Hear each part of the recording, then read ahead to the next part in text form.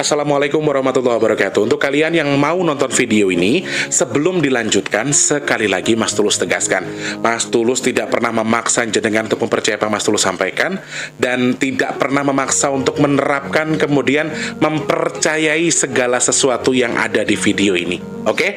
Suka tonton, tidak suka silahkan di skip. Terima kasih orang baik. Assalamualaikum warahmatullahi wabarakatuh. Sebelum kita lanjut tonton videonya, saya tegaskan sekali lagi bahwasanya saya tidak membuka praktek dimanapun dan tidak menerima tarif berapapun. Terima kasih. Jangan lupa like, komen, dan subscribe ya. Terima kasih orang baik. Jangan lupa subscribe, like, dan juga kok. Oke. Jangan lupa di vlog ya guys. Kok di vlog?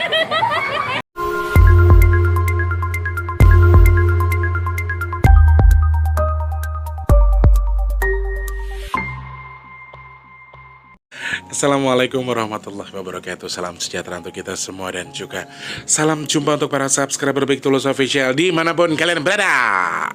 Sehat? Alhamdulillah. Mas Tulus juga sehat tapi lapar, belum sarapan soalnya. Tar, sarapannya setelah syuting. Kalau udah syuting kan sambil ngedit video sambil sarapan bisa ya. Alhamdulillah ketemu sama Mas Til lagi di kesempatan hari ini edisi ke Allahu Akbar, tanggal gue lupa baik kerjaan gue ya. 17 Februari 2022 ya, di kesempatan pagi hari ini pagi, siang, sore dan juga malam hari ini ketemu sama Mas Til lagi, tentunya dengan suasana sukacita. Mudah-mudahan tetap diberikan kesehatan meskipun cuaca lagi aneh, tiba-tiba panas, tiba-tiba hujan ya kan, banyak yang flu, banyak yang batuk, banyak yang covid, banyak yang demam berdarah, penyakit lagi banyak banget hari ini ya. Pokoknya tetap semangat, tetap dalam kondisi yang baik, positifkan pikiran kita, patuhi protokol kesehatan juga, terus jaga imun tubuh dengan terus berbahagia. Amin. Salam kenal untuk yang baru pertama kali nonton video ini, jangan lupa dipencet tombol subscribe, dihidupkan tombol loncengnya juga. Dan untuk yang sudah sering bolak-balik ke sini, Mas Tulus ucapkan salam rindu, salam kangen, jangan lupa ininya dipencet. Masya Allah, kemarin sengaja aku bikin live streaming. Kemarin aku duduk kemarin aku bikin streaming khusus, aku bikin live secara live untuk vlogku. Ternyata tetap aja yang nonton ada 30 orang, yang like 20, yang nonton 100 orang, yang like baru 20. Nah ini yang aku agak sedikit pengen main gari nonton mencet tombol like, kok susah banget toh. Ayo dong dipencet tombol like dulu ya teman-teman. Yang lagi nonton sekarang pencet dulu. Nah udah, makasih. Jangan lupa like, share kalau penting. Kemudian jangan lupa juga Mas Tulus minta sedekahnya dengan tidak men-skip iklan. Yang pendek, yang panjang boleh. Matur suwun, terima kasih banyak ya orang-orang baik. Semoga kebaikan jenengan dengan bersedekah dengan tidak men-skip iklan Allah tukar dengan rezeki berlimpah lagi. Amin ya Allah. Mudah-mudahan banyak hal yang bisa kita simak di video-video Mas Tulus yang Mas Tulus hadirkan. Kemudian ada banyak hal yang bisa kita simak ya. Teman-teman, sekali lagi saya minta maaf untuk beberapa hari, kemarin itu full aku nggak buka WhatsAppku yang 0857 ya, karena pengiriman tuh banyak. Mas Tulus tuh seharian ngirim, sambil ngirim, datang ngirim lagi, datang ngirim gitu. Jadi kurirnya tuh bolak-balik datang ke sini. Dan kemarin nomor WhatsApp yang 0857 itu tidak terbuka atau tidak Mas Tulus baca.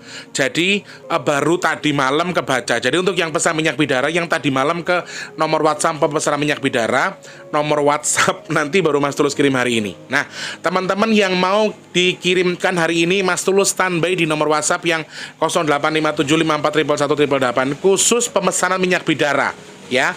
Khusus pemesanan minyak bidara. Kalau yang curhat, yang nanya, yang yang curhat ini, yang nanya itu, yang nanya ono ini kucrut, sabar. Intinya slow respon. Banyak yang bilang, Mas kenapa WA saya nggak dibalas, Mas kenapa WA saya nggak dibaca. Pokoknya intinya harus sabar ketika WhatsApp dengan saya. Ngapunten, aku bukan mau nyombongin diri. Yang WhatsApp di nomorku yang 0857 itu, yang nomor WhatsApp Indosat yang khusus pemesanan minyak bidara itu ada sekitar 800 chat. Di WhatsApp yang ini, yang WhatsApp reguler, nomorku yang umum yang sering aku pakai, itu hampir 900 itu. Belum yang di Instagram. Jadi banyak banget. Jadi intinya adalah WhatsApp ke Mas Tulus itu jangan baper, jangan pakai hati. Maksudnya dalam arti jangan baperan ketika nggak dijawab. Yang penting slow, sabar. Teman-temanku yang lain pun sama. Ketika WhatsApp ketumpuk-tumpuk itu kadang-kadang mereka langsung baper, langsung banyak yang ngomong gini. Tapi aku jelaskan, nih temanku lihat dah WhatsAppnya banyak banget. Karena dari YouTube kan, dari teman-teman dari YouTube. Jadi subscriber itu banyak yang WhatsApp nanya ketumpuk. Karena teman-temanku sampai marah juga.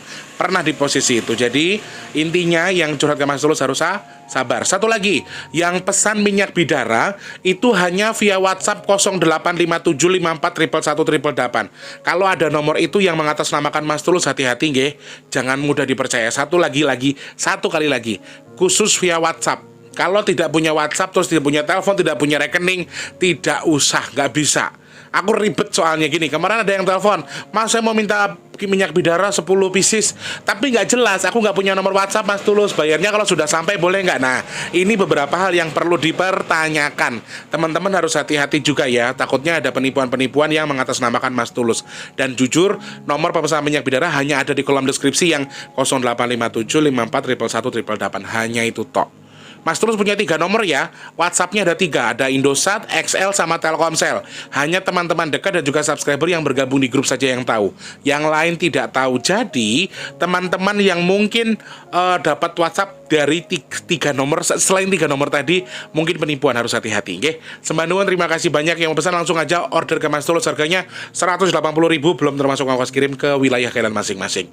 Pokoknya yang hari ini, yang tadi malam sudah nunggu, hari ini insya Allah Mas Tulus kirim ya. Oke, teman-teman, ayo dong, tanggal 25 itu tinggal sedikit lagi, tinggal sebentar lagi. Mas Tulus bantuin dulu dong buat sampai ke nominal 6 juta rupiah. Biar kita nanti di akhir bulan Februari bisa bagi nasi boxnya itu sebanyak 500 nasi box. Jadi 500 nasi box itu kita hargai 6 juta rupiah, karena satu nasi boxnya itu 12.000 rupiah. Nah, sekarang yang terkumpul itu baru sekitar 4,4 juta. Masih butuh sedikit lagi. Teman-teman, ayolah orang-orang baik, bantu Mas Tulus buat dibantu sedekahnya dengan untuk nasi boxnya minimal 12.000, maksimal terserah kalian. Caranya gimana Mas Tulus?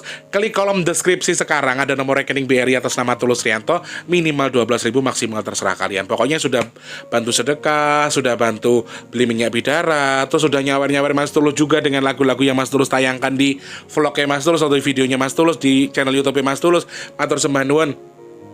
Semoga Allah ditukar dengan kesehatan, ditukar dengan rezeki yang lebih melimpah lagi, ditukar dengan dimudahkan segala urusan baiknya, dan semoga Allah ijabah untuk hajat baiknya dengan bersedekah melalui Mas Tulus. Amin ya Allah.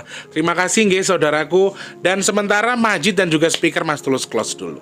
Oke. Nah, hari ini kalau kemarin sudah bahas soal korbannya yang meninggal, kemudian kemarinnya lagi soal itu padepokannya ya. Terus hari ini aku pengen sedikit ngulik karena banyak pertanyaan dari teman-teman juga. Mas Tulus, emang bener ya kalau serek, kok kelilipan aku serek, mandi laut ataupun ritual laut itu bisa ngebuang kesialan? Ngelarung apa, itu bener nggak sih Mas Tulus bisa buat buang sial? Gini saudaraku, tergantung segi pandang kita dari mana. Ya, kalau segi pandang kita dari kebudayaan Jawa, kemudian dari dari kasanah budaya kita, kemudian dari adat istiadat, ya ada yang bilang ngelarung rambut, kemudian terus ngelarung baju atau ngelarung ini buat bersihin jodoh, kemudian buat ini. Yes, asal semua tujuannya baik buat Mas Tulus nggak masalah. Ada aja namanya kebudayaan kita. Dan tapi kalau dipandang dari segi agama itu ndak ada ngelarung badan segala macam. Ya orang akan jawab, kalau mau buang kesialan, kalau mau ngilangin stres ataupun mau buat biar nggak pusing, biar nggak ada permasalahan yang bikin kepala sakit, ya sholat, ibadah, tahajud, atau pergi ke tempat ibadah sesuai dengan agama kita. Ngadu sama Tuhan, bukan sama laut. Mungkin orang akan berpikir di situ ya teman-teman. Nah, aku pengen secara luas dulu, secara gamblang mengorek ini atau mengupas soal namanya mandi di laut atau mandi di sungai, yang istilah kata tuh ngelarung, mandi ritual untuk ngebuang sial. Itu sebetulnya secara garis besarnya manfaatnya apa sih Mas Tulus? Kemudian apa sih yang memang prosesi yang seharusnya dilakukan itu apa? Apakah harus pakai kembang? Apakah harus pakai menyan? Apakah harus pakai media dan lain sebagainya? Oke, kalau orang dulu, saya sendiri tahu teman-teman. Aku tidak munafik. Aku mengakui apa adanya. Orang tuaku, nenekku atau simbahku itu dulu kalau topo kungkum atau berendam di kali di belakang rumahku itu yang di bawah pohon pohon bambu yang aku ada genderuwo besar itu yang ada kata simbahku ternyata teman yang mbahku tuh di atas tempat dia itu ada kayak jenang merah, jenang putih, terus ada makanan juga, ada makanan segala macem, terus ada dupa, kemudian ada kembang juga, ada kelapa, ada pisang, ada telur dan lain sebagainya. Aku tuh orangnya analis, jadi aku perhatikan kemudian aku rekam. Makanya aku tahu semua. Jujur, kalau simbahku dulu ketika topo kungkum itu, tapi karena aku tidak berani spekulasi pada waktu itu, dan waktu itu memang keluarga kami keluarga kejawen ya biasa aja gitu loh, meskipun ya memang Islam tapi kejawen lah istilah kata gitu. Aku nggak berani statement karena simbahku masih posisinya di situ. Nah, besok paginya setelah beliau pulang, setelah beliaunya sudah di rumah, aku baru nanya, "Mbah, nggak adem tah? Nggak dingin tah?" Kembali lagi, ketika kita fungsikan media-media tadi, kita satukan dengan agama, itu tidak akan pernah nyambung. Nggak ada. Di agama Islam tuh nggak ono kok wong arep ibadah terus ibarat kata maaf bakar menyan terus dipersembahkan buat jin, nggak ada. Sebetulnya tidak seperti itu. Dengerin ya Mas Tulus ngomong. Nih, soal sesaji yang Mas Tulus bahas Mas Tulus lihat pada saat mbahku topo kungkum itu, aku tanyain, "Mbah, lah sajene apa dikene gendruwo sing nang wit pring mbah atau yang di pohon bambu itu?" Jawaban mbahku yang ngono. "Lah, berarti kowe gendruwo nih. Lah ngopo mbah? Lah wong kene tak kene kowe kok. Pisang, klopo, telur itu mau tak kasih kamu. Sama makanannya, ingkungnya tak kasih kamu. Ada ayam ingkungnya juga toh. Tak suruh kamu yang makan. Berarti kowe gendruwo nih sing nang wit pring ya ngono." Loh, enggak dienggo sapa-sapa tambah ora. Yang istilah kata yang tidak berfungsi dimakan tuh hanyalah janur, kemudian kemenyannya yang sudah habis dibakar sama kembang. Selebihnya ada minyak juga ya, minyak serimpi. Mungkin teman-teman nggak tahu minyak serimpi, silakan searching di Google. Tapi zaman dulu ada namanya minyak serimpi. Itu mbahku menggunakan itu. Terus wangi-wangiannya dipakai buat apa mbak? Yo tak buka wae ngono. Tak nggo wangi-wangi, gue obat nyamuk kalau kata mbahku gitu. Jadi mbahku itu kayak gimana ya teman-teman? Aku sih nggak tahu ya medianya itu diserahkan ke siapa. Cuma ketika tak jawab ya berarti gue gendruwo nih. Berarti secara tidak langsung secara tidak langsung hal ini yang dimaksud dengan sesajen kita persembahkan kepada bangsa jin itu tidak semuanya seperti itu. Meskipun orang itu kategorinya dari segi budaya atau dari ilmu kejawen dan lain sebagainya. Menurut aku tidak semua dipersembahkan untuk bangsa jin. Karena ya buktinya mbahku sendiri yang aku lihat topo kungkum pulangnya ya dibawa, ayamnya dibawa, kemudian makanannya dibawa dan dimakan rame-rame juga sama kita-kita gitu loh. Gak ada masalah, makan-makan aja. Aku tuh tipe anak yang suka makan sajen dari dulu. Jadi nggak ada yang nyeleneh-nyeleneh. Dalam keluarga kami tuh sudah biasa buang air kembang depan pintu tuh udah biasa dulu ya. Tapi setelah setelah simbahku meninggal dua-duanya, terus ibuku udah ngerti majelis taklim, ya setidaknya sekarang ya cuman ngasih makanan yang di meja, cuman nggak pakai yang aneh-aneh. Kalau dulu kan ada minyak, ada kembang segala macam, sekarang enggak. Mamaku udah mengurangi itu, cuma makanan tok ditawarin ke leluhur yang datang ibarat kata gitu. Cuman selebihnya kalau pakai menyan enggak. Nah, ini salah satu cerita di mana untuk menyambungkan apa yang kita sampaikan hari ini, teman-teman, bahwa ritual itu ketika kita tujukan untuk sesuatu yang baik, salah satunya adalah kayak mbahku kan beranggapan bakar menyan kan gue ngilangin nyamuk. Terus yang aku salut itu ketika mbahku, aku jawab, "Mbah, semalaman ya." Mbahku itu topo kungkum dari jam 9 malam sampai jam 9 pagi, si mbahku itu.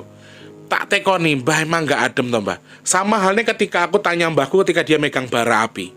Mbahku jawab apa? "Nek mbok rasake yo loro re, nek mbok rasake yo panas."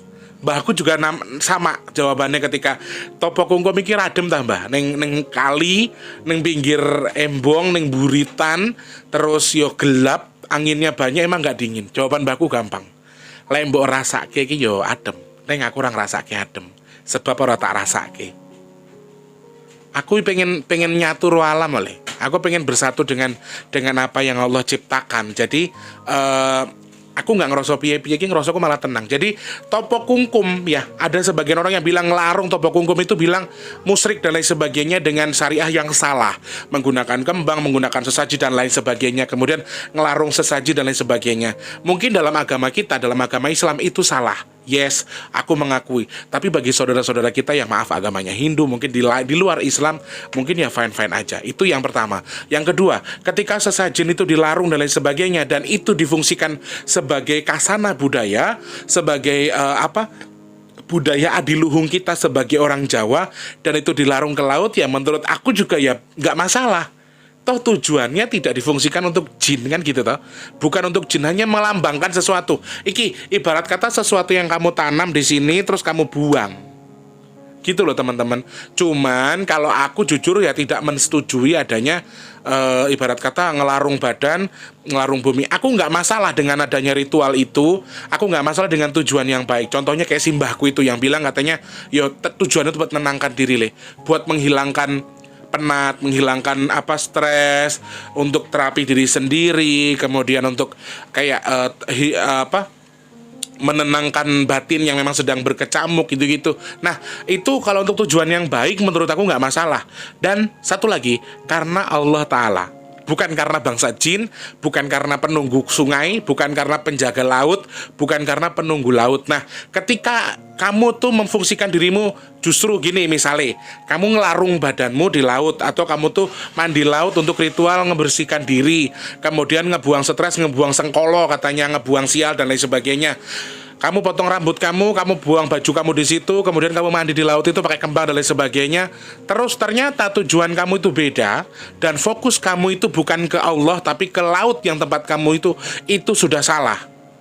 Sebenarnya begini, saya tahu, aku percaya Allah itu maha tahu. Allah tuh maha mengerti hati kita. Allah tahu tujuan kita apa, fungsinya di mana, kemudian manfaatnya apa. Aku lebih percaya itu ketika ada bahasa-bahasa orang yang mengatakan kalau haram mas tulus ini nggak boleh, kan di agama Islam nggak ada gini. Oke, bagi sebagian orang mungkin akan beranggapan seperti itu. Tapi jujur saya, meskipun saya bukan tipe orang yang mendukung kegiatan itu atau memperbolehkan kegiatan itu, tapi buat saya nggak masalah, asal untuk tujuan yang baik. Ngerti maksudku ya teman-teman? Kadang-kadang beda tujuannya, beda jalurnya. Yang kamu yakini adalah yang mandiin kamu tuh, yang bikin kamu sial hilang tuh air laut tadi, itu sudah salah. Padahal seharusnya datang ke laut nih, proses yang betul. Gak usah pakai sajen-sajenan lah. Kamu pengen potong rambut kamu sedikit, ya, potong sedikit, kemudian kamu masuk ke dalam sungai atau laut yang airnya mengalir, terus kamu bilang sama Allah, ya Allah, ya Tuhanku yang maha pengasih lagi maha penyayang, ya Allah, Engkau yang maha mengabulkan doa, ya Allah, apabila memang di badanku ada sebuah kesialan, ada sebuah keburukan, atas izinmu, atas kehendakmu, ya Allah, semoga Engkau izinkan kesialan dan kejelekan di tubuhku tadi hilang ikut air yang mengalir bersama rambut yang aku potong ini, ya Allah, amin, amin, amin, ya Rabbal Alamin. Biarkan mengalir. Gak perlu pakai sajen, gak perlu tabur bunga. Tergantung niatmu. Neng lek kowe teko ning kono wis nggawa sajen akeh-akeh, wis nggawa iki, kamu merasa yang membersihkan tubuhmu tadi bukan Allah, tapi dukun yang bersihin kamu, dukun ketua padepokan kamu misalnya lo ya. Terus kemudian yang membersihkan kamu tuh bau rekso atau jin yang ada di situ. Maaf, kategorinya misalnya anggaplah kamu mandi di pantai selatan, terus kamu beranggapan Bunda Ratu Laut Kidul yang jaga pantai selatan itu yang bakal bersihin kamu. Itu salah tujuan yang seperti itu.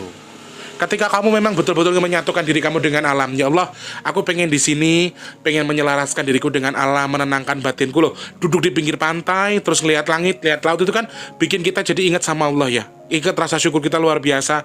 Ya Allah, ciptaan Allah luar biasa. Ya Allah, hebat banget Allah bisa menciptakan ini, menciptakan itu. Nah, beberapa hal ini yang bisa membuat kita tenang. Tetapi ya, tujuannya tadi harus betul, niat kita harus baik, kemudian fungsinya dan tujuan kita itu kemana, antara kamu dan Tuhan, itu harus kamu luruskan dulu. Jangan kamu belokkan, aku mandinya di pantai selatan berarti yang bersihin aku nanti Bunda Ratu Laut Kidul. Salah. Aku ngasih kembang, ngasih ini bla bla nanti buat makan jin yang ada di sini. Salah. Yang membersihkan aku tuh laut. Salah. Segala sesuatunya pasti tujuannya hanya dengan berdoa. Tujuan kamu kepada Allah. Nah, ini yang harus kamu tegaskan di kepala kamu. Ini yang harus kamu kuatkan di pikiran kamu. Fungsi tujuan kamu melakukan ritual itu untuk apa? Tujuannya kemana? Ya, wes gak usah pakai kembang, gak usah pakai menyan, gak usah pakai apa-apalah.